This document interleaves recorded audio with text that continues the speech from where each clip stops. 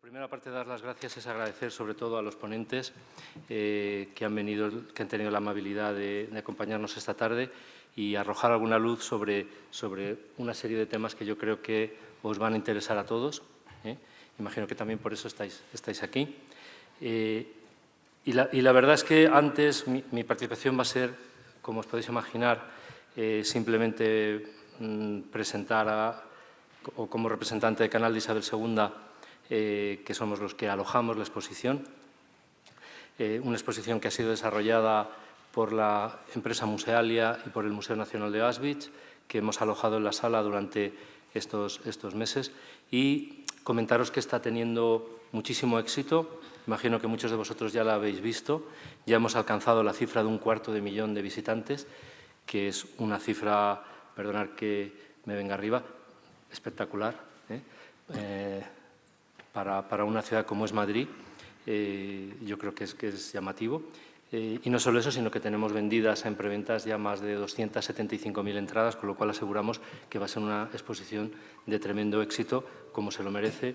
El tema que yo creo que, aunque, como os podéis imaginar, arriesgado, porque no es un tema artístico, no es un tema de estos, vamos a decir, bonitos, ¿no? que pueden ser los que quizás históricamente han atraído en nuestra sala de Canal de Isabel II las exposiciones que hemos tenido hasta el momento, pero sí que culturalmente es muy potente y eso se refleja con los 50.000 escolares de niños de institutos que han pasado de manera gratuita por la sala, que es algo que nunca habíamos alcanzado, cifras de este nivel, con el mismo número de meses.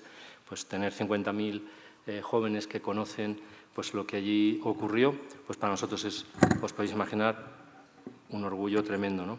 Bien, yo creo, y una vez comentado estos datos, sí es verdad que creemos que todo acto que podamos organizar es poco para contribuir a conocer lo que pasó allí hace 75 años, lo que pasó en toda Europa, ¿no? Hace 75 años. Aquello no se nos escapa a nadie que fue atroz, pero también nos permite reflexionar sobre cómo se puede llegar a esa situación, cómo a partir, pues vamos a decir, de políticos, enfrentando unos contra otros, pues cómo se puede conseguir lo que acabó siendo pues el Holocausto, lo que acabó siendo pues la destrucción de toda la cultura, por ejemplo, judía en Europa y la destrucción de muchísimos historias personales, ¿no? Bien, yo creo que eso nos puede permitir ver la exposición y esta conferencia, entre los muchos otros actos que vamos a intentar organizar, reflexionar sobre todo esto, ¿no? Que nos ayuda a reflexionar. Pero también creemos que es necesario, y aquí ya me centro más en este acto, recordar a aquellos que nos devuelven la esperanza en el ser humano. O sea, yo creo que el acto de hoy, pues también, no solamente recordar lo malo que se hizo, sino también que hubieron personas que se jugaron su vida, literalmente, por salvar a otras personas. Y en ese sentido, pues yo creo que este acto completa un poco más la historia que ya encontramos en la exposición sobre Ángel Sanz-Briz, ¿no? Justos entre las Naciones es un título que concede una institución israelí, que es el Memorial de Yad Vashem, que está constituido en Jerusalén, y se concede ese título a aquellos que son gentiles, por lo tanto no son judíos, y que hayan sido demostrado que hayan salvado vidas de judíos durante el Holocausto. Debo decirles que a fecha, la última cifra estimada oficial es la del 1 de enero del 2017, no ha salido todavía la cifra del 2018, pero a 1 de enero de 2017 Yad Vashem había concedido el título de Justos entre las Naciones a 26.513 personas. Como ustedes pueden imaginar, como vosotros podéis imaginar, entre estos 26.513, el grupo más numeroso puede ser el de los polacos, el de los holandeses, el de los franceses, el de los ucranianos. Sorprendentemente, efectivamente, España, que no jugó un papel durante la Segunda Guerra Mundial y no jugó un papel durante el Holocausto, tenemos 9, según reconocido por Yad Vashem, en el Ministerio de Exteriores, con el cual colaboro y entro dentro de la Comisión de Historiadores para el tema del Holocausto. Tenemos una pelea con Yad Vashem porque tenemos 2 justos de las naciones españoles que se habían exiliado en Francia, que los consideran como franceses y no como españoles. Es como lo que dice la enciclopedia Larousse de Picasso, ¿no? Pintor francés de origen español. Pues yo creo que en principio tendríamos 9 y 2 más tendríamos 11, de los cuales tenemos una situación específica que de estos 11, 5, casi la mitad de ellos, o de los 9 oficiales, más de la mitad de ellos, son diplomáticos. Y es cierto, de esos 9 que tenemos, efectivamente tenemos, por supuesto, a Ángel Sanz-Briz, que luego hablaré de él, tenemos a Carmen y José Santaella, que eran los agregados de Agricultura en Berlín y que salvaron solamente a 3 personas, solamente a 3 judías, que las hicieron pasar como miembros de su servicio doméstico, una como costurera, otra como cocinera y otra como babysitter de sus niñas, y pasaron durante 1 año, año y medio escondidos en Berlín dentro de su servicio. Tenemos el caso de Sebastián Romero Radigales, nuestro cónsul general en Atenas, por las labores humanitarias que desarrolló primero en Salónica y posteriormente en Atenas. Tenemos también a Eduardo Proper de Callejón, que es nuestro cónsul general en Burdeos, que durante ese periodo, cuando están llegando las tropas nazis en la frontera hispano-francesa, después de haber ya ocupado, antes de ocupar París, cuando están llegando, en 8 días se entregan unos casi 1.500 visados para básicamente judíos que pusieran visados de tránsito, que pudieran trasladarse hacia Portugal o hacia América o hacia Marruecos. El gobierno español en ese momento tenía la concesión de conceder un visado de tránsito para todos aquellos que pudieran tardar 4 días en cruzar. Lo que no quería el gobierno de Franco es que se residieran los judíos en España, pero sí que permitió en ese primer momento, en los años 40 hasta el 42, que los judíos pudieran trasladarse y pudieran pasar de tránsito. Y lo que hace Proper de Callejón básicamente es no cumplir las instrucciones. Las instrucciones de Madrid, básicamente, cuando Serrano Suñer era ministro de la Gobernación, es que cualquier autorización de los consulados tenía que pasar primero con un beneplácito del Ministerio de la Gobernación. Y él, en esos 1.500, 1.622, que tengamos constatación, que básicamente coinciden con los visados que entrega también el cónsul portugués Aristides Sousa Mendes, justo a las naciones también es en ese sentido. Como he dicho, existen 26.513 justos. Y de esos hay 2 grupos esenciales, no muy numerosos. El más numeroso son personas individuales que en pueblos de Polonia o en pueblos de Ucrania o en la campiña francesa ocultaban a niños judíos o a judíos. Pero hay 2 colectivos que destacan, que es el de los diplomáticos y el de los religiosos. No entre el de los religiosos, pero sí que hay un grupo bastante, no numeroso, pero sí representativo de la Iglesia griega, ortodoxa o de la Iglesia búlgara de salvación. El de los diplomáticos sí que es interesante porque de todo ese grupo hay un grupo de 36 diplomáticos de 21 naciones que tienen el título de Justo de las Naciones. Y como nuestro correligionario, como nuestro manejado Sanz-Briz, 16 de ellos actuaron en ese mismo momento en Budapest, en el verano del 44. Todos conocemos a Sanz-Briz, la mayoría habrá oído y hablado de Raúl Wallenberg, el sueco, también otro sueco que era Per Anger, o Karl Lutz, el suizo, o el portugués Carlos Sampaio, digamos. Pero de esos 36 es significativo que 16 hayan estado en un mismo momento, en ese periodo, en el Budapest del verano del 44. Porque los diplomáticos, a diferencia, por ejemplo, de Santaella, nuestro agregado de Agricultura en Alemania, que salvó haciéndose pasar a esas 3 judías como personal doméstico, tenían algo importante, que era la concesión de documentación. Y ahí está, digamos, el gran mérito de Ángel Sanz-Briz. Y sin entrar en el resto de justos, como es una mesa de homenaje a Sanz-Briz, me voy a concentrar a 7 aspectos importantes de él, que tal vez el resto de los presentes no vayan a hablar de ello, pero yo creo que son importantes. Primero, Justo entre las Naciones debe ser un premio que no recuerdo bien, pero debe ser concedido a partir de 1964. Ángel Sanz Briz, hemos dicho que hay 26.513, es el número 121.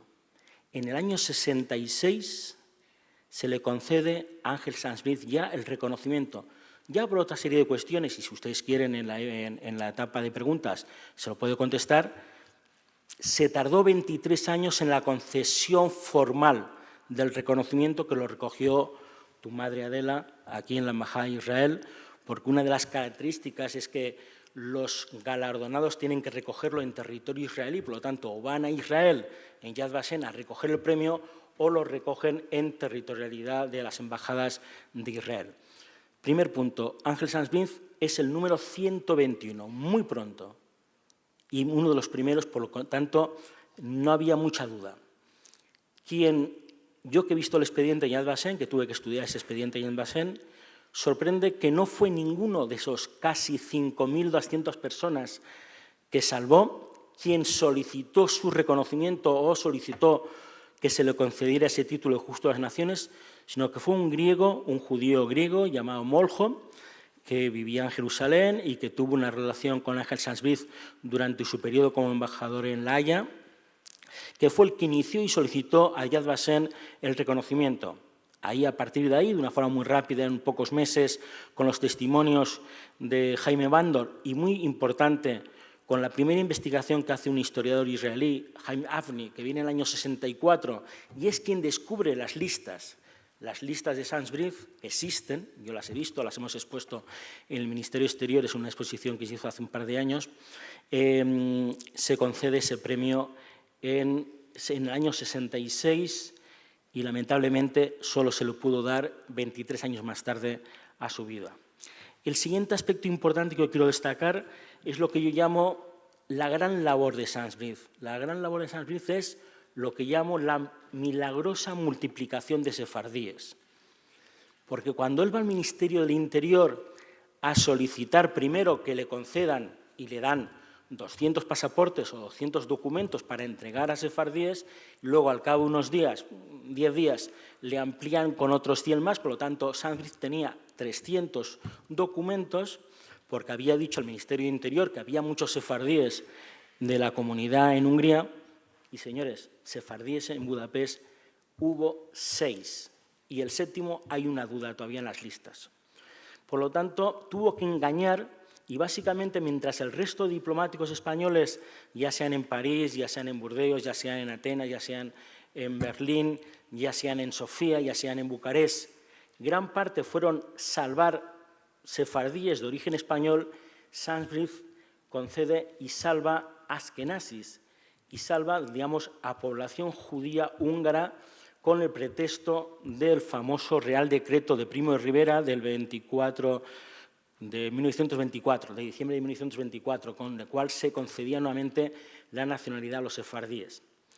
Pero, en ese sentido, de esos 300 pasaportes, de esos 300 documentos de protección que concede el Ministerio del Interior de Hungría, Sanz Briz, que era un hombre hábil, audaz, un buen diplomático, joven, con 32 años, que por aquellos avatares diplomáticos de la vida tuvo que asumir la representación de la embajada, de la misión, que entonces era una embajada, de la legación diplomática de Bucarest española, porque el entonces ministro plenipotenciario Mugiro, con lo cual había estado 2 años a sus órdenes, tuvo que trasladarse a Madrid.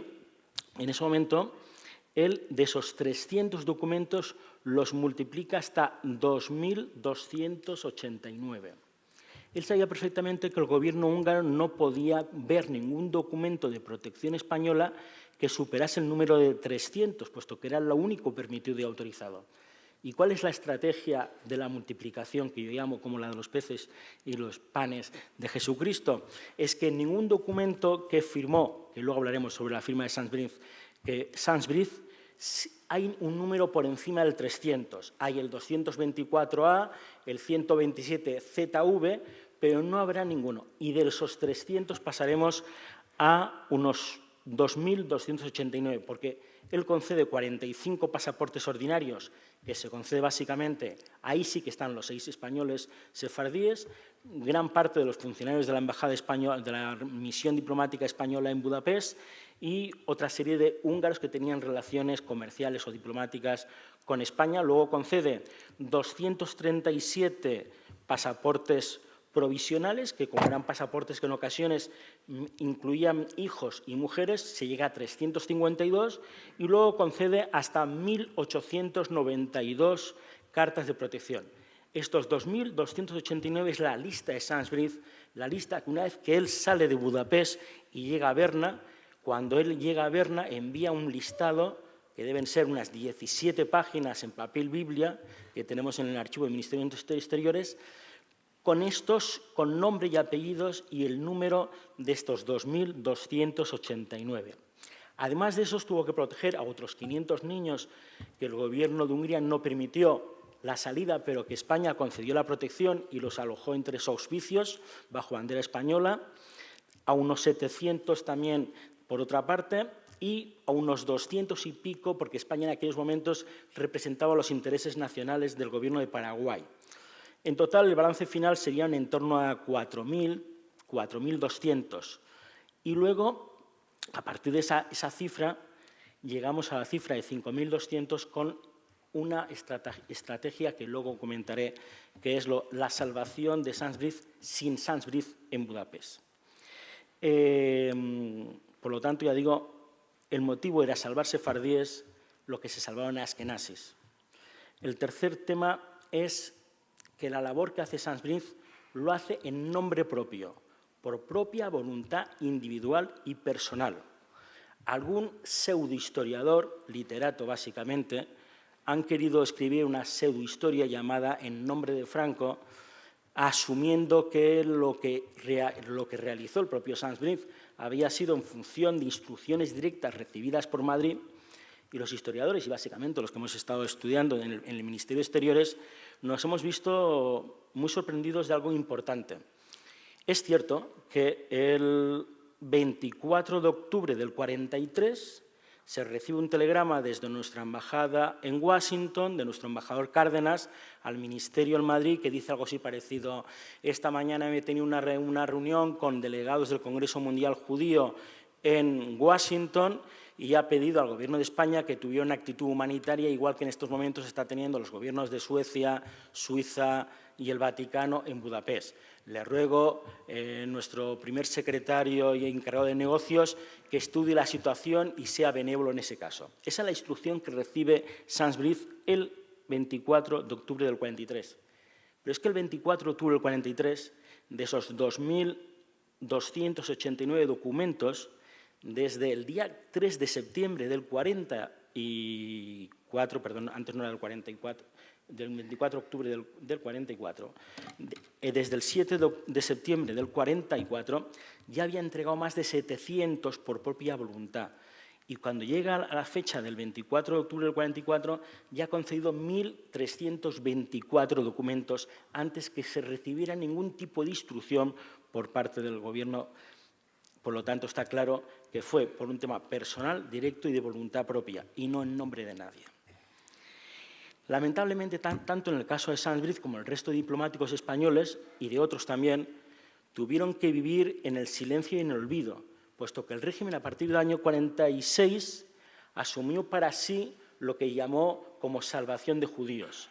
En esos momentos, una campaña de propaganda, España estaba siendo cercada internacionalmente, había habido la retirada de embajadores en el año 46 y la no admisión de España a Naciones Unidas, y por lo tanto el gobierno de Franco asume en propia persona lo que hicieron sus diplomáticos. En ese sentido, ni Bernardo Roland en París, ni Ángel Sainsbury cuando era cónsul en San Francisco primero y luego más tarde en Nueva York, o ni Romero Radigales, ni Julio Palencia, ni Alfonso Fiscovis tuvieron que decir nada, porque sus propias carreras diplomáticas habían sido, digamos, serían mal vistas y serían perjudicadas. Sainsbury no, Sainsbury tuvo una buena carrera diplomática, pero salvo una entrevista que concede al Heraldo de Aragón, él nunca a partir de ese momento tuvo ningún protagonismo.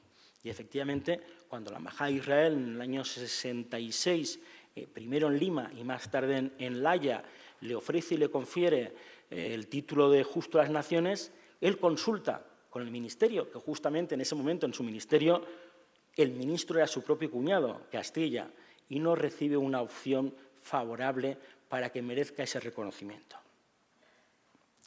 Otra cosa que se ha dicho de Sansbury, algo que creo que es de bien nacido ser reconocido, es que él salió de Budapest. Miren ustedes, cuando él sale el 7 de diciembre del 44, por 3 ocasiones distintas había recibido instrucciones de Madrid para salir. Había recibido una vez en febrero del 44 junto con Mugiro, recibió otra en agosto del 44 y otra posteriormente en septiembre. En ninguna de las 3, Sansbury quiso abandonar la legación diplomática española. Y solo lo hace el 7 de diciembre del 44, cuando ya las tropas soviéticas están en las puertas de Budapest, que entran el 16 de enero del 44. Y pensemos ustedes que España en aquel momento era un país que tenía ciertas contrapisas con el Ejército Rojo Soviético. Había habido una división azul en el frente soviético y también es cierto que tenemos el mal recuerdo de lo que le había pasado a Raúl Wallenberg, que una vez que entraron los soviéticos en Budapest desapareció. Y, por lo tanto, su salida fue, digamos, por 3 ocasiones la retrasó él mismo. Cuando digo que la firma de Sansbury es porque, salvo los 45 pasaportes, el resto de los 4.000 documentos nunca tuvieron la firma original de Sansbury. Sansbury, junto con su secretaria Madame Tournay y el asesor jurídico Farkas, idean algo tan sencillo como es un tampón con su firma, con lo cual se pudo hacer durante su periodo entre septiembre y el 6 de diciembre del 44, conceder con sus firmas y posteriormente tanto Farkas, Tournay como el impostor cónsul ficticio Perlasca, desde el 7 de diciembre del 44 hasta el 16 de enero del 45 se pudieron entregar 1.200 nuevos documentos firmados por Sansbury, siempre con fecha anterior al 4 de noviembre, que era la estrategia de Farkas, Tournay y del propio Perlasca, pero concedidos por el propio Sansbury, sin estar ya en Budapest. Y por último, algo muy importante. Es cierto, Sansbury, representante del gobierno español, pero por título personal y a nombre propio, concedió y salvó en torno a unas 5.200 personas, que es mucho menos que los 30.000 que pudo salvar la legación de Suecia o los 50.000 que pudo conceder la legación de Suiza. Pero no olvidemos un tema. Los documentos suizos y los documentos suecos, como eran tan masivos, fueron muy falsificados. Digamos, los documentos suizos, que llegaron a haber 50.000 verdaderos, llegó a haber en el mercado negro hasta 150.000 documentos falsos, con lo cual, para la Gestapo y para los clubs flechados, no tenían ninguna seguridad. Por lo tanto, aún a pesar de las restricciones de los clubs flechistas y de la Gestapo en Budapest, el documento español tenía un mayor reconocimiento que cualquier otro documento diplomático de cualquier otra nación en ese momento. Como digo, tuvo, digamos, un reconocimiento y fueron muy poco falsificados. Aún así, es cierto que el propio Sansbury tiene que ir a protestar, si no recuerdo mal, en el 8 de noviembre del 44 al Ministerio de Interior porque los clubs flechados no estaban respetando ese documento. Solo quiero, desde aquí, a la familia y a los salvados que aquí también están presentes, pues mostrar un reconocimiento y un homenaje a Sansbury. Gracias.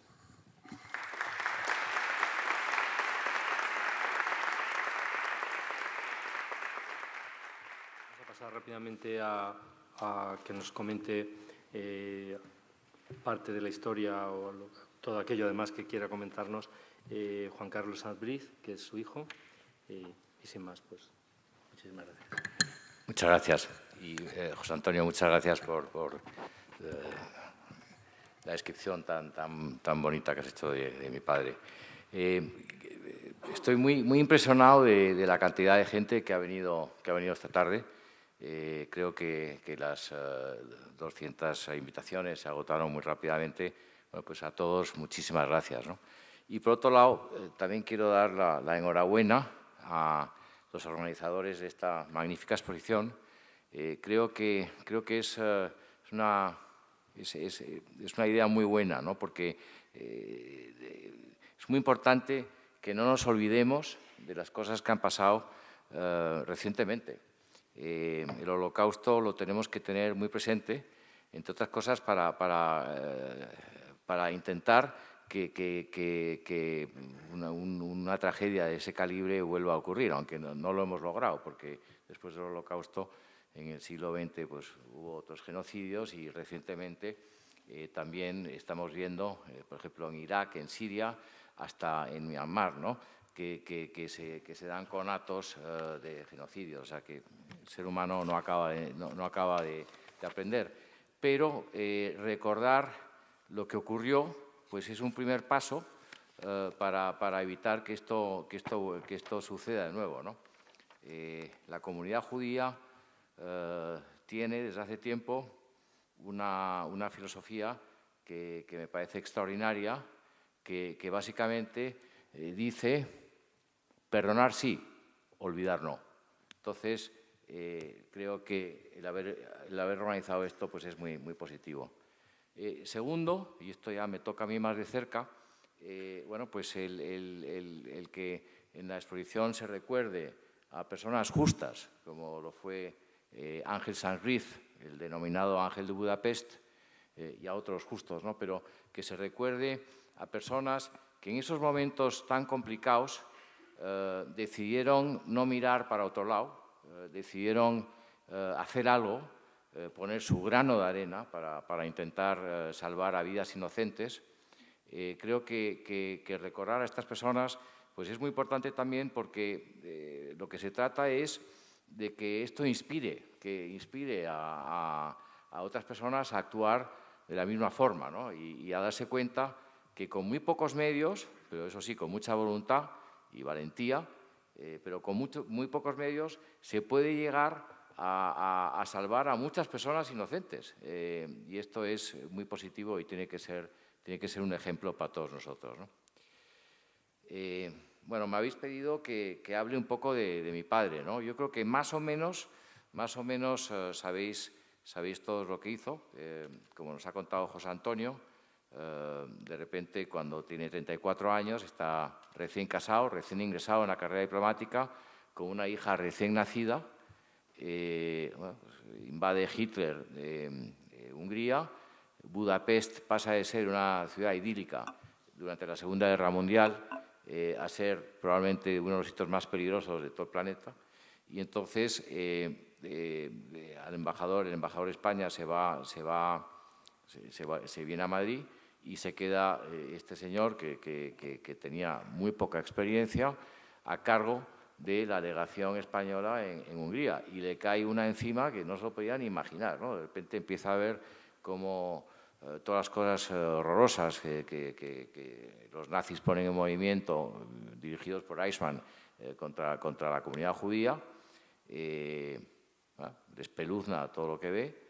Le parece que hay que hacer algo, pide instrucciones a su gobierno, el gobierno no le contesta, vuelve a pedir instrucciones, no le vuelve a contestar, y tomando la callada por respuesta dice: bueno, pues no me han contestado ni que sí ni que no, pero no me han dicho que no, con lo cual como nos contaba José Antonio, voy a empezar una labor aquí, voy a hacer todo lo posible para salvar al mayor número posible de judíos, ¿no?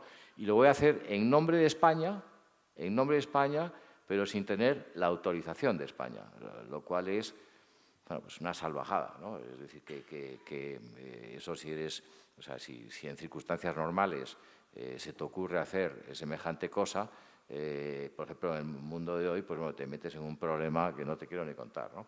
Mi padre era una persona que seguía la ley a la rajatabla, era muy serio, en fin, cumplía con su deber y sobre todo cumplía la ley, Bueno, pues empezó a hacer una serie de cosas que no tenían ningún sentido, que no le pegaban nada, ¿no? Para empezar, se fue a ver a las autoridades húngaras, como nos contaba José Antonio, y les mintió.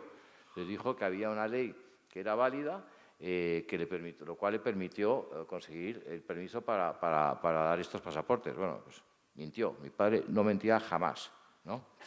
Segundo, cuando le dieron el permiso, le dijeron que podía hacer 200 y hizo 2.200. Bueno, pues engañó, es decir, que no cumplió con lo que le habían dicho, cosa que él pues jamás hubiera hecho en circunstancias normales, ¿no? Lo que quiero decir es que visto la situación, pues empezó a tomar acciones bueno, pues que en otras circunstancias no habría hecho jamás, y esto pues logró que mucha gente inocente se salvara, ¿no? No era suficiente proporcionar papeles, pasaportes o salvoconductos, porque en cualquier momento, con la precariedad que reinaba en Budapest, pues un judío iba por la calle y le paraban, le pedían sus documentos, los enseñaba, eran válidos, pero bueno, esa persona que le pedía los documentos rompía los documentos delante suyo y esa persona se quedaba totalmente desprotegida. Entonces, lo que fue esencial en su labor humanitaria fue que decidió alquilar una serie de edificios donde poder refugiar a estas personas, y tuvo que montar con muy pocos recursos el intentar cuidar a estas personas. ¿Y cómo las cuidaba? Pues de dos formas: intentando llevarles alimentos y medicinas dentro de un país que estaba en una situación de guerra, donde todos los días o muy a menudo había bombardeos por parte de las tropas aliadas. Es decir, que en la calle reinaban los nazis y los cruzflechados, y en los cielos, en el cielo reinaban las bombas. Entonces era una situación peligrosísima. Pero bueno, a pesar de eso, pues fue capaz de organizar que recibieran medicinas y alimentos estas personas, y sobre todo lo más importante, que es cuando entraban las SS o los cruzflechadas a sacar a alguien del edificio para llevarle a una estación de tren, para ir a un tren o lo que sea, un campo de exterminio. Bueno, pues se enteraba y los iba él personalmente o su equipo a rescatar, ¿no? Esto fue absolutamente clave, porque si no, todas estas personas, aunque hubieran obtenido documentos, pues al final no se hubieran salvado. Se jugó la vida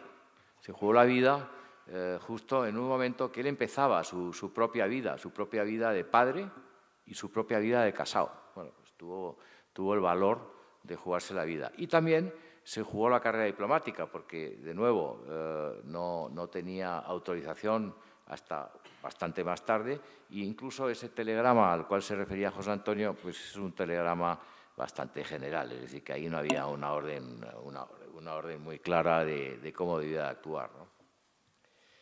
Curiosamente, creó dos precedentes. Uno es que antepuso la defensa de los derechos humanos a la legalidad, y la otra, el otro, digamos, quizás hito, no sé si hito es un término muy fuerte, pero otra cosa que hizo que fue importante, junto con Wallenberg, es que utilizó la inmunidad diplomática como forma de defender a los derechos humanos. Es decir, que al alquilar estas casas y poner la bandera de España y decir que era pues territorio español, y evitar que pudieran entrar ahí para en fin, sacar a los refugiados, bueno, pues fue provisto de las primeras veces en la historia que la inmunidad diplomática se ha utilizado para defender los derechos humanos. Él se olvidó de este tema, se olvidó desde el punto de vista, bueno, vamos a ver, su hazaña cayó en el olvido. Él no se olvidó nunca, porque yo creo que lo que vivió en Budapest fue muy, muy, muy duro. Yo creo que pasó mucho miedo, vio muchas injusticias, fue un periodo, además estaba solo, porque había mandado a mi madre y a mi hermana mayor, que nació ahí, los había mandado a Santander. justo después los acompañó él a Santander para volver él a Budapest y seguir en el puesto. Entonces, yo creo que vivió unos momentos muy, muy malos, muy duros, muy tristes, ¿no? Pero el tema pues, pasó al olvido durante muchas décadas. Y bueno, yo creo que esto a él no le importó para nada, porque lo que sí tenía muy claro es que él actuó, él pensó que no hizo una hazaña para nada, él pensó que era su deber, pensó que cualquier ser humano medianamente normal tenía que haber actuado de esa forma. O sea, él no podía concebir ver semejantes injusticias y no haber reaccionado como efectivamente reaccionó, ¿no?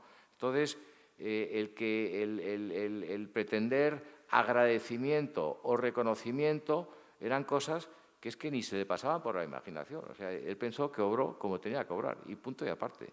Y yo creo que incluso cuando hay gente que decía, oye, pero qué barbaridad, qué maravilla, pero ¿cómo pudiste hacer esto? Pues no entendía, porque le preguntaban eso, porque él de verdad pensaba que era lo normal, que lo que hizo era lo normal. Como también comentaba José Antonio, dentro de su función como funcionario de Estado, como diplomático, cuando el Estado le pidió que en fin, reconociera o que él había actuado bajo órdenes de Franco, lo hizo encantado. Lo hizo encantado porque tenía cero afán de protagonismo, no quería presumir absolutamente de nada. Y también lo hizo porque, bueno, pues como buen funcionario, antepuso los intereses del Estado a los propios particulares suyos, ¿no? Lo cual pues es un ejemplo también a seguir. Bueno, pues esto es un poco lo que les quería decir de mi padre. Lo que sí les puedo comentar, y eso tengo absoluta certeza, es que bueno, pues, recibió un reconocimiento muy importante por parte del Yad Vashem en 1966, que fue que el Yad Vashem le nombró justo de las naciones. Él sabía perfectamente el honor que eso significaba.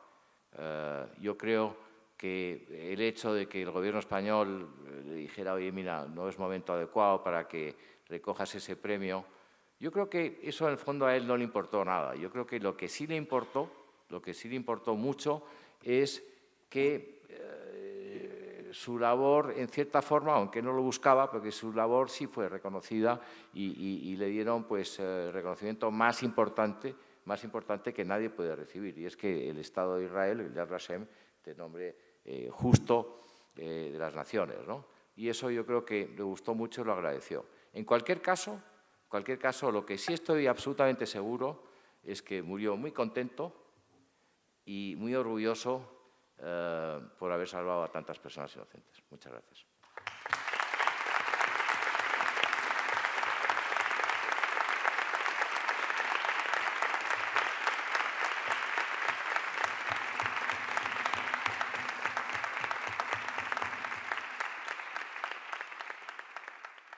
Vamos a pasar ahora a que nos cuente Julio Martín Alarcón, que es periodista y escritor y es el autor en el año 2016 del libro El Ángel de Budapest, a que nos cuente un poco pues vamos, a aquello que quieras aportar a estos testimonios tan interesantes. Bueno, buenas tardes a todos. Muchas gracias por venir y muchas gracias a Musealia por invitarme a este acto. Han hecho un trabajo con la exposición de Auschwitz sobresaliente y muy necesario, creo. Antes de meterme de lleno sobre la historia de Sants-Briz, me gustaría contarles una pequeña historia que hace unos días vi un documental que partía de un experimento sociológico. Partía de una idea muy simple pero muy aterradora. Coger a una persona normal, como cualquiera de nosotros que estamos aquí, y a través de una serie de juegos en 1 hora y media convertirle en un asesino. Evidentemente, la persona que va allí no sabe que esto va a ocurrir y le van pidiendo poco a poco tareas, órdenes muy pequeñas, ¿no? Muy simples. Trae unos papeles, haz esto, haz lo otro. Y le van implicando cada vez más en acciones poco éticas, que es la clave de todo el asunto. Bueno, no voy a desarrollar toda la historia del documental porque es interesante, pero sí voy a estripar un poco el final. En realidad, no lo hacen con una persona, lo hacen con muchos. Y la verdad es que la gran mayoría al final acaba cometiendo un asesinato. Cuento esto porque en Hungría en la Segunda Guerra Mundial es aliado del Tercer Reich desde el principio de la guerra. Realmente Horthy, que es el regente del país, se suma al eje, al Tercer Reich, recupera parte de los territorios que había perdido Hungría en el Tratado de Trianón en la Primera Guerra Mundial y une el esfuerzo bélico al Tercer Reich en el frente este, sobre todo. Sin embargo, a diferencia de lo que ocurrió, por ejemplo, en la Francia libre, que era la Francia colaboracionista de Vichy, no se deportó a ningún judío. En 4 años de guerra, en Hungría ni se deportó, ni se persiguió, ni se segregó, ni se fue contra los judíos, a pesar incluso de que tenía una de las legislaciones antisemitas más antiguas de Europa, con leyes de 1921 incluso.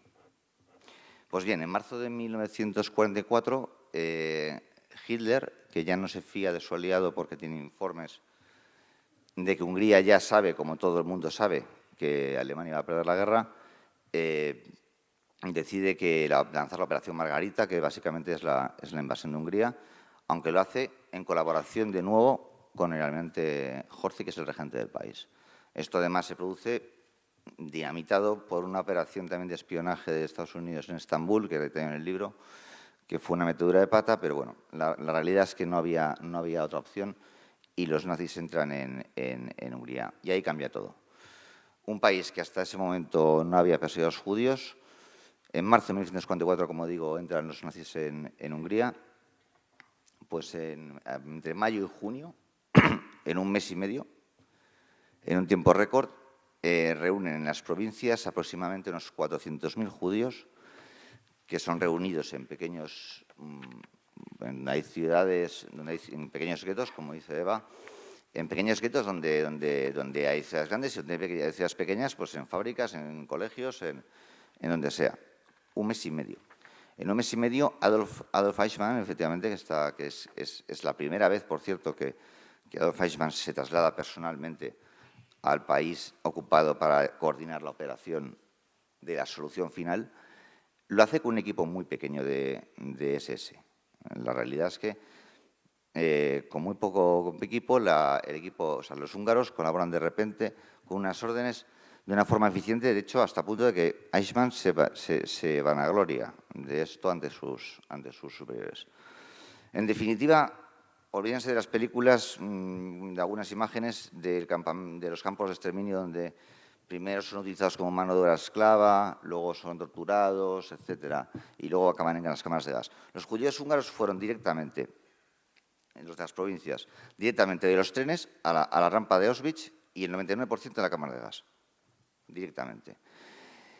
Y todo esto ocurrió mientras todavía había un gobierno del regente Horthy y sin conocimiento de los países, de los embajadores de los países neutrales.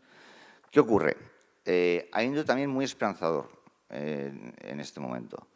Y es que de la misma manera que es el momento más rápido, o sea, es el país en el que más rápidamente se mata a los judíos, se asesina a los judíos de toda la guerra, es también el país en el que más se salvan, como ha contado José Antonio Lisbona antes y como ahora ha marcado Juan Carlos también. Y se salvan porque hay una comunidad de diplomáticos de países neutrales, entre los que está Ángel Sanz-Briz, también los representantes de Suecia, de Suiza, el nuncio del Vaticano, Monseñor Angelo Rota, que no ha salido en la conversación, y este grupo de embajadores directamente protestan. Y esto es antes incluso de las acciones de salvamento, de los papeles, de los pasaportes, de las cartas de protección. Protestan, elevan unas cartas de protesta, porque además reciben el informe de 2 judíos fugados de Auschwitz, el informe que se llama Protocolo de Auschwitz, por el que se dio a conocer al mundo definitivamente lo que estaba ocurriendo ahí. Estamos hablando ya del verano de 1944. Y Sanz-Briz, efectivamente, como se comenta aquí, firma esa carta también sin conocimiento de su gobierno y sin nada. Parece una nimiedad dentro del horror de la guerra, pues que unos diplomáticos protestaran. Bueno, pues consiguieron, de hecho, parar las deportaciones. el regente Horthy se vio presionado hasta tal punto que detuvo la operación que estaba llevando a cabo Eichmann con los húngaros. Todo esto, como digo, ocurre antes de los pasaportes, de las cartas de protección, etc. Es importante porque hubo un periodo, entre el verano y el otoño del 44, en el cual Eichmann sale de Hungría,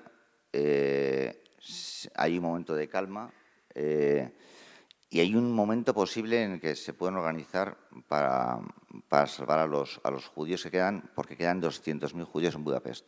Los judíos de las provincias ya han sido asesinados en Auschwitz. Y ahí es donde empieza la historia realmente emocionante de Ángel Sanz Briz. Voy a hacer otro pequeño inciso, porque, bueno, ayer mismo comí con un empresario taiwanés. Yo soy periodista, me dedico a hacer artículos, cuento historias, no sé si lo hago bien, pero el caso es que hablando con él, derivó la conversación inevitablemente a la China de Mao comunista y a Chiang Kai-shek, etcétera. Y me comentaba que, claro, que China no tuvo relaciones diplomáticas con España hasta 1974 y tal y cual. Y me sonaba la historia. Me sonaba la historia porque el primer embajador español en Pekín fue nada menos que Sanz Briz. Cuento esto también porque cuando murió Ángel Sanz Briz en 1980 y ejercía en ese momento todavía como embajador ante la Santa Sede en Roma, el diario ABC le dedicó un obituario en el cual detallaba todos sus destinos diplomáticos, porque era un diplomático, como se ha comentado aquí, que tuvo una carrera brillante después de la guerra. Entre ellos, pues, Nueva York, en la ONU, Holanda y Roma, etcétera. Poco más o menos el titular de ABC era algo así como, el hombre que abrió las relaciones diplomáticas con China, que no está nada mal, que ya es una carrera muy brillante. Pero es que no había ni rastro de Budapest. Estamos hablando del año 80. Entonces, realmente Sanz Briz no era conocido ni en Hungría ni en España y no se conocía su labor.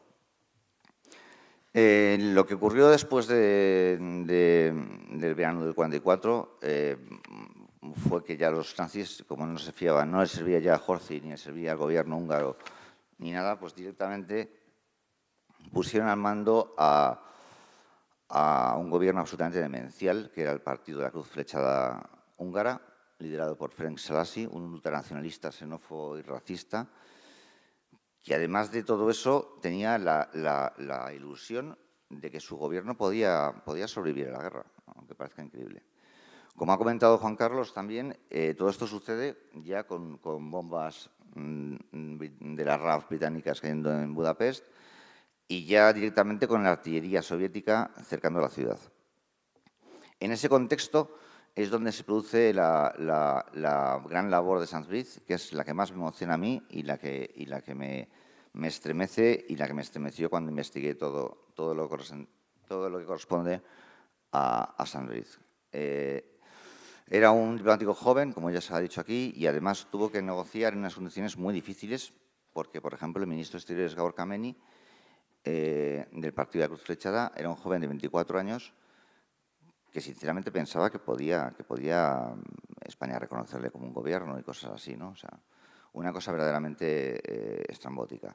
Y en esas circunstancias, Sanz Briz, pues, efectivamente, manipuló, engañó, hizo todo lo posible, todo lo que estuvo en su mano, demostró una habilidad diplomática sin precedentes para un destino como era el segundo destino que tenía en su carrera, para su juventud, y ante la mayor crisis humanitaria que probablemente haya conocido la historia, contra la mayor maquinaria del mal que también haya conocido la historia, que eran los nazis. Se ha contado ya aquí cómo Sanz Briz primero hizo pasaportes, luego hizo cartas de protección. Es importante remarcar que había una comunidad de diplomáticos que estaba hasta cierto punto coordinada. Fue muy importante eso. La unión de estos diplomáticos dio ideas unos a otros, de forma que se emitieron cartas, se consiguió además una presión también sobre el gobierno de Ferenc Szalasi para que de alguna forma algunos pocos judíos, por lo menos, en lo que llamaron el gueto internacional, que es las casas que ha comentado Juan Carlos que alquiló Sandsbridge y otros, y también las embajadas de Suecia y de Suiza, donde además no solamente bastaba con ponerles allí, porque no sé si os imagináis el invierno en Budapest, pero es terrible, no había de nada, la ciudad estaba cercada, los soviéticos estaban a punto de tomar la ciudad. Como os ha comentado, efectivamente, Sandsbridge tenía orden de marcharse de la ciudad ya en noviembre, aguantó hasta diciembre, pero es que no solamente hizo todo eso, aparte de eso les acogió en su casa, les acogió en la delegación, jugándose la vida, aparte de engañar, manipular y, sobre todo, desplegar una habilidad diplomática verdaderamente increíble. En esos momentos ya finales de Hungría y del Tercer Reich, la solución final llegó a niveles verdaderamente incomprensibles. Adolf Eichmann, incluso, cuando ya no había trenes, al final de la guerra, inventó las marchas de la muerte directamente. Es decir, como no puede llevarles ya en trenes a Auschwitz y Auschwitz se estaba desmontando prácticamente, pues decidió llevarles a pie a Viena directamente para tenerles en campos de concentración, por lo menos, a ver qué hacían con ellos. Y Sandsbridge y el equipo de Sandsbridge, y hablamos de la delegación española en Budapest, que formaba también pues, la secretaria de delegación, Elizabeth Tournay, el abogado Zoltán Farkas, Giorgio Perlasca, incluso, que fue un gran colaborador de Sandsbridge durante el tiempo en el que se desarrolló su acción. Fueron literalmente a las marchas a buscar a los judíos que tenían papeles españoles y a reclamarlos a las autoridades húngaras, lo cual era algo más que jugarse la vida, era prácticamente un suicidio. Hasta el último momento, Sandsbridge no solamente hizo esa labor hábil diplomática para conseguir esos papeles que protegieran a los judíos, como ha hecho Lisbona, que ni siquiera eran sefardíes, eran askenazis, sino que es que sobornó incluso a oficiales y a policía húngara para cuando fuera a haber problemas en el gueto internacional o fueran a llevarse a alguno, le avisaran. Y no tenemos pruebas para ello, pero tenemos bastante claro que, dado el presupuesto que tenía entonces las delegaciones españolas, probablemente lo hiciera con su propio dinero. En definitiva, Sandsbridge es uno de los héroes de España y es uno de los héroes humanitarios. Tenemos muchos héroes militares, tenemos exploradores y tenemos científicos, pero tenemos además un ejemplo increíble de hombre de Estado, como también ha remarcado Juan Carlos. Nunca se van a hablar de ello y además sirvió a su gobierno, fuera que fuera el en el que estuviera, de la forma mejor para los intereses de España. Es lo que se llama ser un hombre de Estado. Poco más que decir. Recordar la figura de Sandsbridge. Nos hacen falta más Sandsbridge como funcionarios y ojalá también como políticos. Muchas gracias.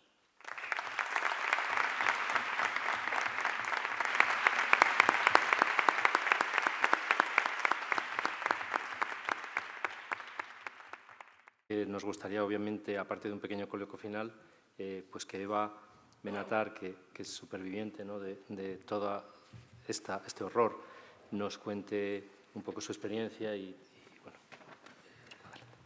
Muchas gracias a los organizadores por invitarme a esta mesa, muchas gracias por estar aquí. Y la verdad que he oído que yo he nacido en el momento más idílico de Budapest. Soy judía húngara y he nacido en Budapest el 29 de junio de 1944, el momento que habíais dicho más idílico en medio de las bombas. Ese día sé que es de las pocas cosas que me ha contado mi madre, es el día que los aliados bombardearon Budapest. Y yo nací en el gueto, puesto que a partir del 19 de marzo de 1944, reunieron a todos los judíos de Budapest al gueto para poderlos deportar más fácilmente y tenerlos todos reunidos.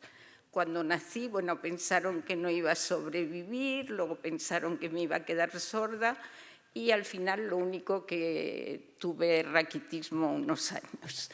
En ese momento mis padres se querían ir, pero a mi padre, precisamente a mi padre biológico, se lo llevaron a los trabajos forzados y murió a finales de 1944, precisamente en las marchas de la muerte en el campo de Agfalfa, cerca de Sopron, cerca de la frontera austrohúngara.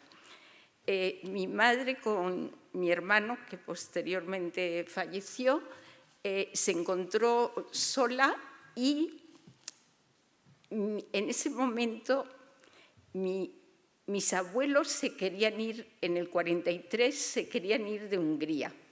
Entonces mi abuela con su cuñada pensaron, tenían un poco de dinero, se querían ir a París. Las dos señoras llegaron a París, se encontraron que estaba lleno, París estaba ocupado, cosa que ellas lógicamente no sabían, y decidieron irse a Madrid. Madrid les gustó mucho y decidieron también, ellas no sabían hacer otra cosa, decidieron montar un restaurante de comida húngara en la calle Jardines. Esto sí lo tengo documentado, puesto que José Antonio vio su inscripción en el Ministerio de Industria de Madrid, de mi abuela, con todos sus documentos. Entonces, ella le escribía cartas a mi madre. Curiosamente, en el Budapest de aquella época, el correo funcionaba. Mi abuelo tenía que vender, era transportista, tenía que vender su negocio, sus camiones, pero le pilló las leyes del gueto y no pudo, le confiscaron todo, incluso creo que lo encarcelaron y perdió un poco la pista de mi madre, que recuperó después. Y con las cartas, para hacer la historia corta, porque creo que no tenemos mucho tiempo, mi abuela le escribía a mi madre las cartas y mi madre con una carta con los sellos españoles acudió a una casa protegida donde la aceptaron puesto que tenía una conexión con España y estuvo ahí creo que 3 semanas. Yo debo de ser la indocumentada porque la verdad es que, contrariamente a lo que mucha gente piensa, los sobrevivientes no hablaban. En mi casa nunca se habló. Es recientemente que me he enterado de muchas cosas, que he encontrado documentos, pero nunca era el momento de hablar, de eso no se habla, pero bueno, nosotros siempre fuimos judíos húngaros, a pesar de vivir en Marruecos. Posteriormente nos refugiamos en Tánger y después, cuando hubo la independencia de Marruecos, en el 54 llegamos a Madrid. Mi madre se volvió a casar, mi padre José Borer, él estuvo 19 meses en campos de trabajo en Hungría y él sobrevivió a todo eso porque él era contable y aprovecharon, cuando estaba en el lager, aprovecharon sus nociones de contabilidad para ponerlo en la cocina y evidentemente en ese momento el que estaba en la cocina cerca de la comida sobrevivía, así de sencillo. Y gracias a Ángel Sans Brice, creo que mi madre, cuando llegó a España, fue de las primeras personas que buscó a doña Adela. Ella la había conocido, se acordaba, y en los años 80 la encontró y siempre nos ha enseñado en mi casa a tener el agradecimiento de la familia Sans Brice por haber sido salvados. Bueno, hecho corto para que estemos en hora. Muchas gracias.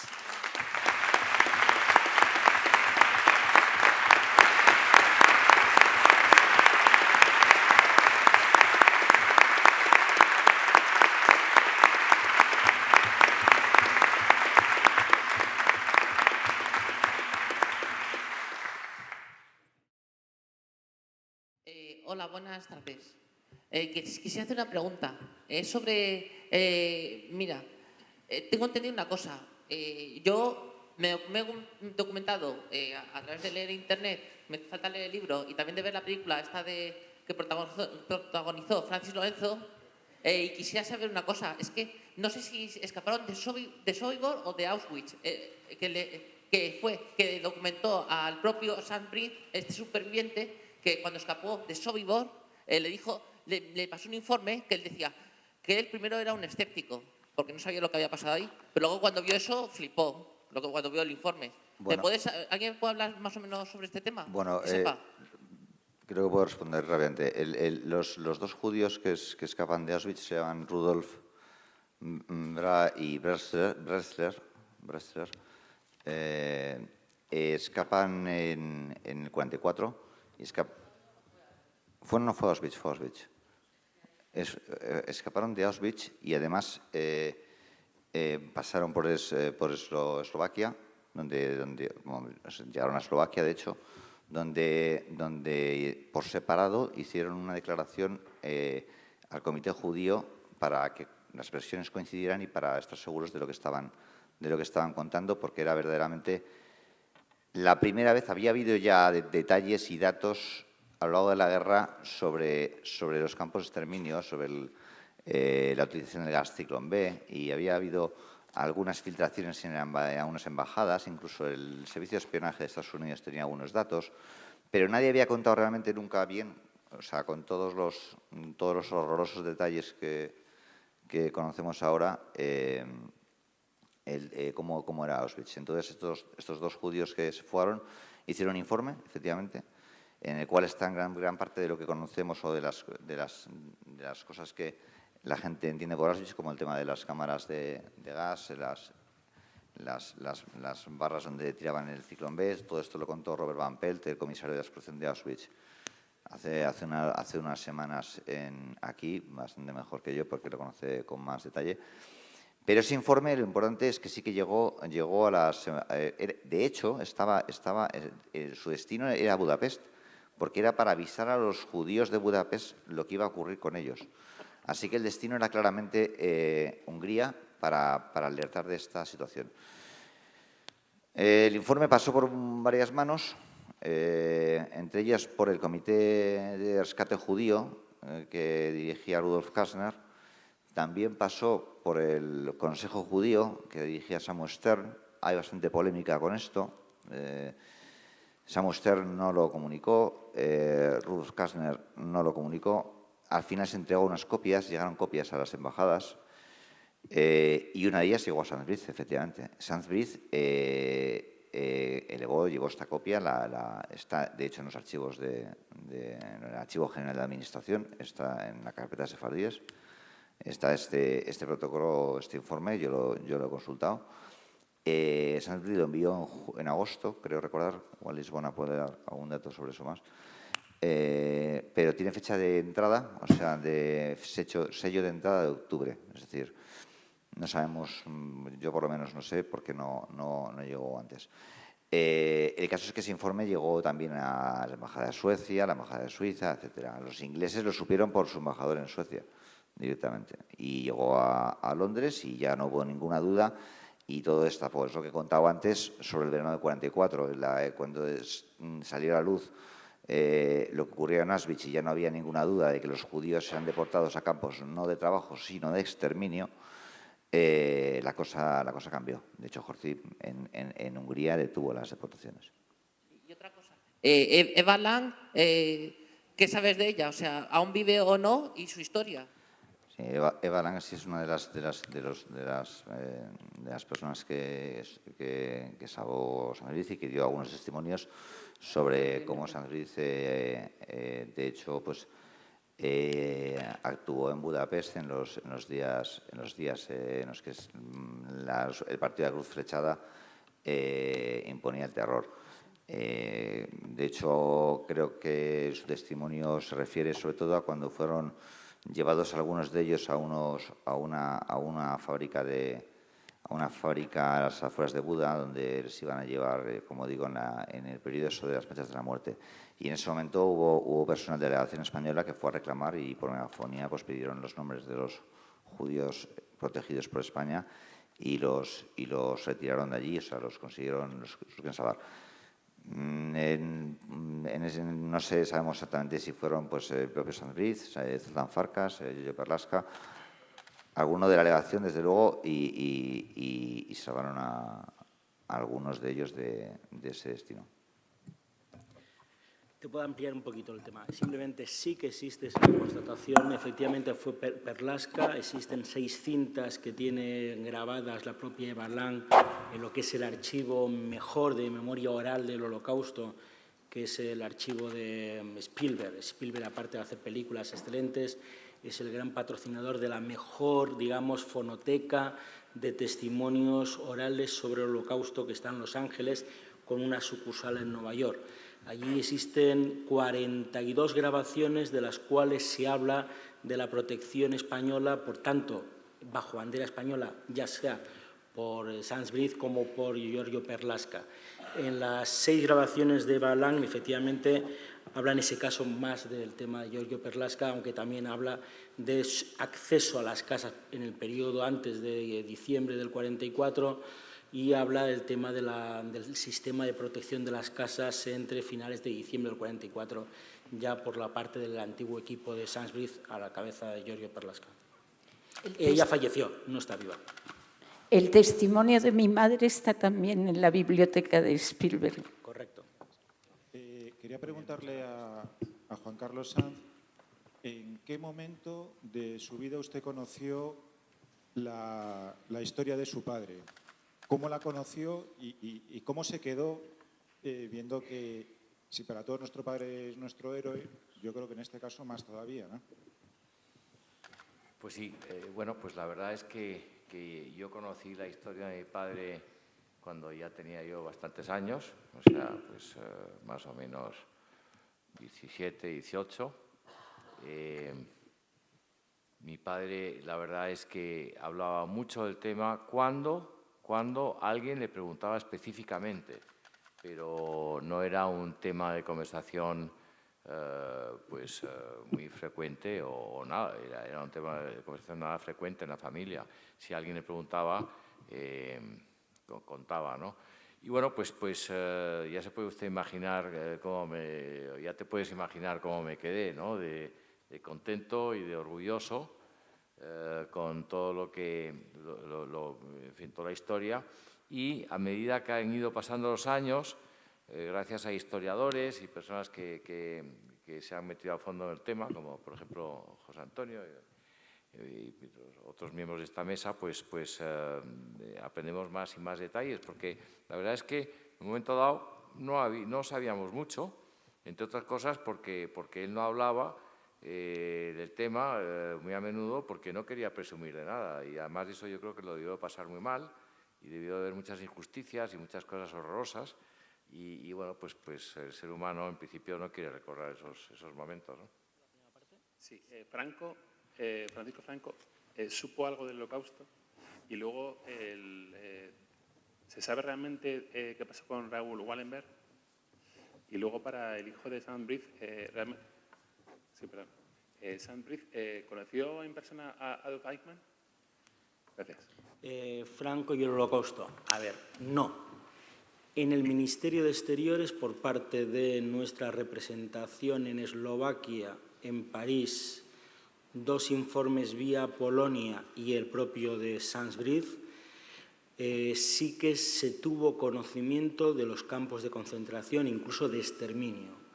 Existen el informe de Kano desde Eslovaquia y el duque de Parcén desde Varsovia, con fechas tan importantes como abril-mayo del 44. Que Franco lo supiera, a ver, Holocausto. Actualmente se está considerando el Holocausto que se inició a partir de las leyes raciales del 33 de Alemania. Para otros, Holocausto sería a partir de la solución final. Lo que sí se sabe, lo único que se sabe de Franco y el tema de protección de judíos. Es una carta que está dirigida por el general Jordana, ministro de Asuntos Exteriores, dirigida a su compañero de gabinete, el ministro de la Guerra, el ministro de Ejército, en la cual se le dice algo así parecido. Es intención de España intentar que pasen los judíos por España como la luz pasa por el cristal, sin que permanezcan, y además el general Franco, el caudillo, perdón, no lo autorizaría. Es decir, la situación del gobierno de Franco fue siempre muy ambivalente. Es decir, él en sí, tal vez, la historia nos ha demostrado que en ese primer periodo, desde mayo de 1940 hasta julio del 44, tuvo una actitud más permisiva para dejar pasar por frontera a todos aquellos que tuvieran en regla un visado de tránsito, que para entonces, ¿qué se necesitaba? Un billete de barco que saliera de Lisboa, que pudiera llegar a América del Norte, que pudiera ir a Cuba, que pudiera ir al norte de África. Si no existía ese billete o ese visado de entrada en Portugal, no se le concedía. Por lo tanto, una cierta ambigüedad calculada. Lo que sí se sabe es que el régimen de Franco lo que no quería tener es un problema de judíos en suelo español.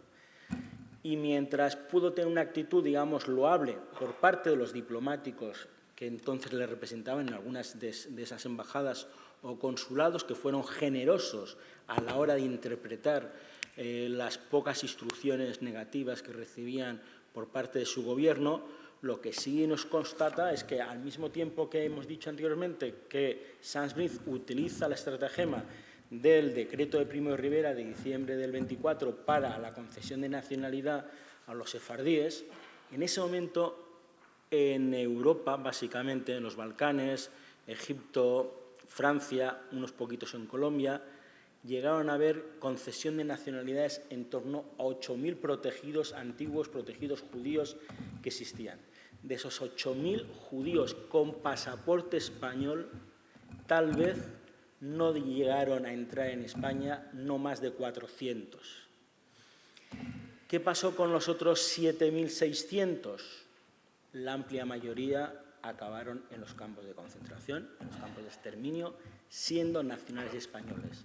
Es cierto que Romero Radigales y en Gasset y el padre Tipaldos, que aunque era un religioso griego, era canciller de nuestra embajada en Atenas, se pudo salvar a 500. Es cierto que el conde de Casarrojas salvó a unos 110 concediendo documentación, igual que Barzanayana en Rumanía, a judíos sefardíes. Es cierto que Julio Palencia a 45 judíos con pasaporte españoles en Macedonia. Es cierto que a 45 en Italia, en Milán. Es cierto que en torno a 700, primero por Bernardo Roland en París y unos 400 por parte de Alfonso Fiscovis, pero el gobierno español abandonó a su suerte a los nacionales españoles, judíos o no judíos, pero eran nacionales españoles. Y eso el régimen de Franco y el propio general Franco lo tuvo que saber. La política a partir del año 43 era restrictiva, con un matiz, restrictiva, que permitían que entrara un grupo de judíos no más allí de 300, y cuando ese mismo grupo de judíos había salido hacia Marruecos, América Latina, Estados Unidos, podían volver a autorizar que llegara otro, cosa que, salvo dos grupos de Grecia y unos poquitos que vinieron de Francia, no se hizo. Es cierto que hubo una cierta dejación por parte de algunas organizaciones humanitarias judías, inglesas o norteamericanas, puesto que ellos tenían que facilitar esa rápida salida de territorio español. Pero lo cierto es que mientras se puede decir, o se había dicho por parte del régimen de Franco y los primeros historiadores en los años 60, que pudo haber una salvación de en torno a 40.000, 60.000, algunos apocrígrafos hablaban de 80.000. Hoy día las cifras que podemos estar hablando es que en torno a 25.000 entran entre mayo del 40 de forma oficial y julio del 42, y solamente entrarían unos 1.500 judíos de forma clandestina por la frontera, por los Pirineos, que también es cierto que poco se sabe, ahora ya más viendo los archivos provinciales de Lérida o Gerona o de Huesca, que en ese periodo posterior entre septiembre-octubre del 43 y mayo del 45 hubo bastantes devoluciones por parte de la Guardia Civil y por parte a la Gendarmería francesa colaboracionista de Vichy o a la propia Gestapo. Es una historia de claros oscuros y de mucha ambigüedad.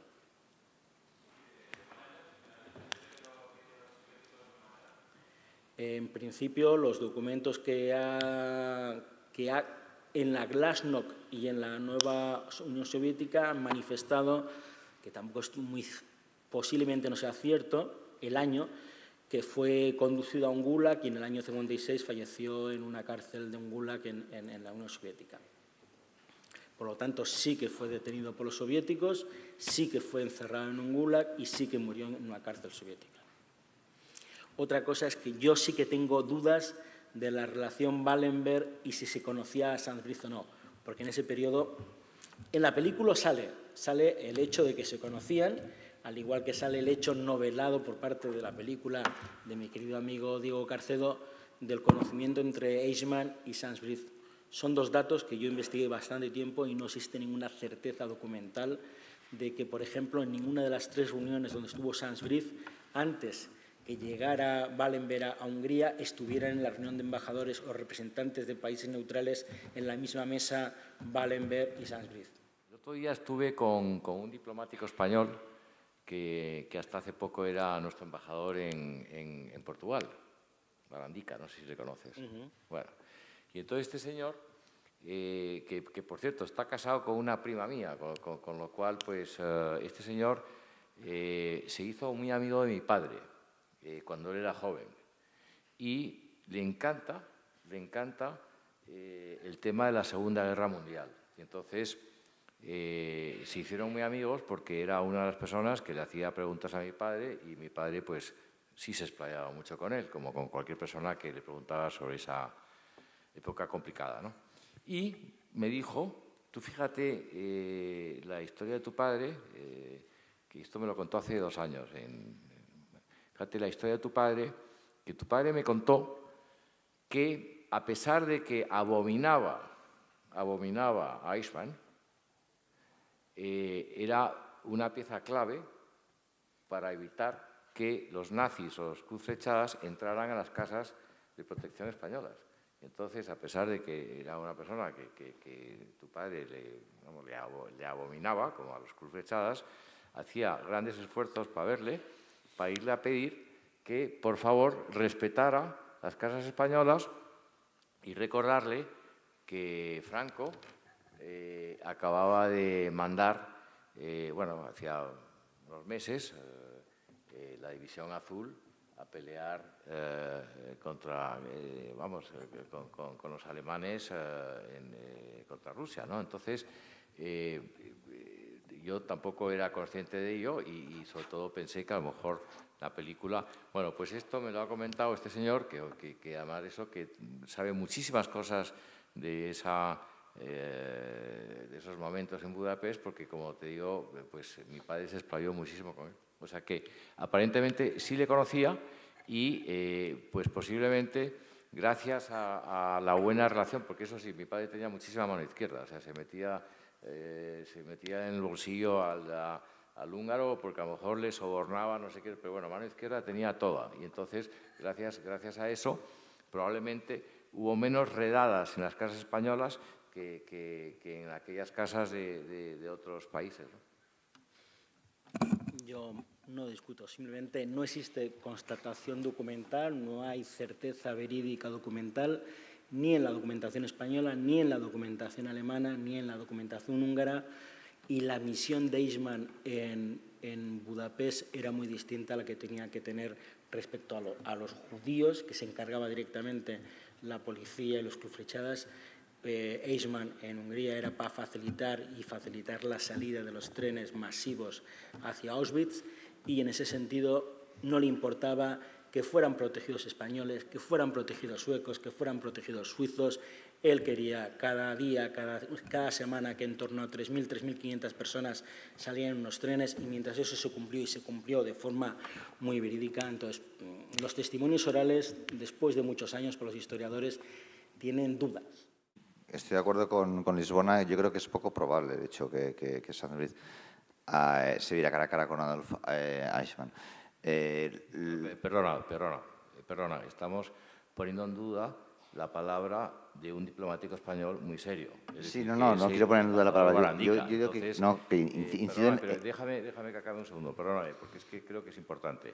Tú fíjate hasta qué punto está seguro Barandika de este tema, que le dice, me dijo, y además tu padre, una vez, porque claro, obviamente, como podrás comprender, con miles de personas, o sea, pues refugiadas en los edificios con la bandera española, Eichmann no era tonto. Entonces, te quiero decir que podría haber habido cierta mano abierta por el tema de la división azul y tal, pero Eichmann no era tonto, los alemanes no eran tontos, entonces se olían obviamente que ahí había algo raro, ¿no? Bueno, pues según Barandika, lo que le dijo mi padre a Barandika es que Eichmann en un par de veces le dijo, mira, cuanto mejor hagas tú, Sansbrith, tu trabajo, menos tendré yo. O sea, palabras textuales que, supuestamente, mi padre le dice a Barandika. Puede ser desconocida ese testimonio. Creo que con más tatuo Sansbrith fueron con los oficiales húngaros, de hecho, porque son los que en el terreno efectivamente son los que se ocupaban de esa tal. Que hubo una posibilidad de que yo también la desconozco, no hay documentación, como dice Lisbona, sobre el tema, o yo no la he encontrado por lo menos, de hecho la busqué también. Quiero hablar con Barandika, porque Barandika, a vosotros dos, que os encanta este tema y la investigación. Sí, yo de hecho lo busqué. Horas y horas de anécdotas y de cosas que digo, porque es que le gusta mucho el tema, con lo cual es una magnífica fuente de información que bueno, pues que de momento no, digo, a lo mejor.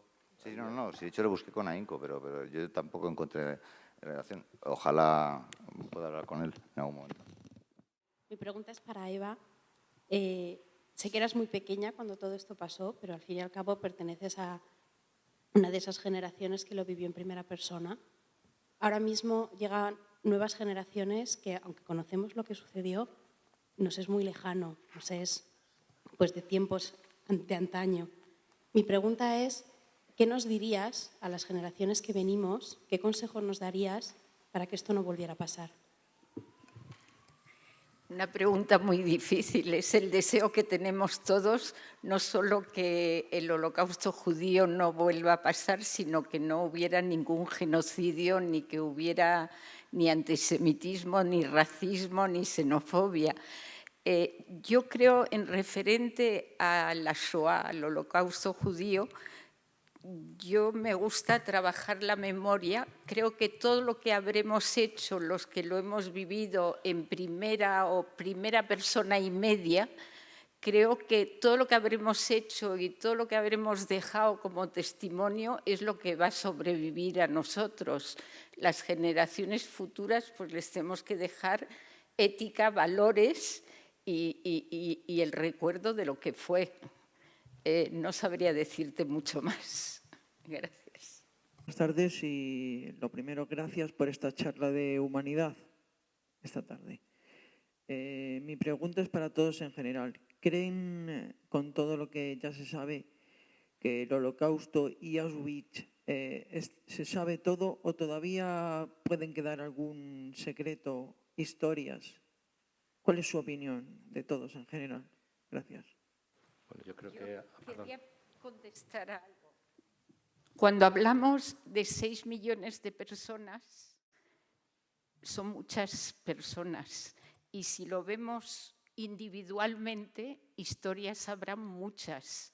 Y creo que la misión de Yad Vashem es poner un nombre a cada una de las personas y de los niños que han sido asesinados. Y es una de las cosas importantes que queda, de pensar que no pensar en 6 millones, sino individualmente en cada familia, en cada persona, lo que significa para cada familia haber perdido a sus seres queridos. Creo que es una manera humanitaria de verlo, no de verlo como una suma global de 6 millones. A mí, la verdad, cuando hablamos de 6 millones de muertos y que yo tengo a mis seres queridos ahí, me parece que es una manera de globalizar que no me gusta. Agradeceros de nuevo el que vengáis aquí, el que hayáis tenido el privilegio de oír a estas personas que no solo son sabios, sino también nos han transmitido otro tipo de valores y nada, y esto ya desde un punto de vista, vamos a decir, de la propia exposición, que sigáis pues transmitiendo pues todo lo que estamos haciendo aquí en esta exposición y con este programa cultural a todos los amigos, toda la gente que crea que puede tener interés, ¿no? Porque cuanto más personas vengan a la exposición, cuanto más personas se interesen por el legado de Ángel y de tantos otros, pues yo creo que vamos a tener un futuro un poco mejor, vamos a decir. Gracias. Muchísimas gracias.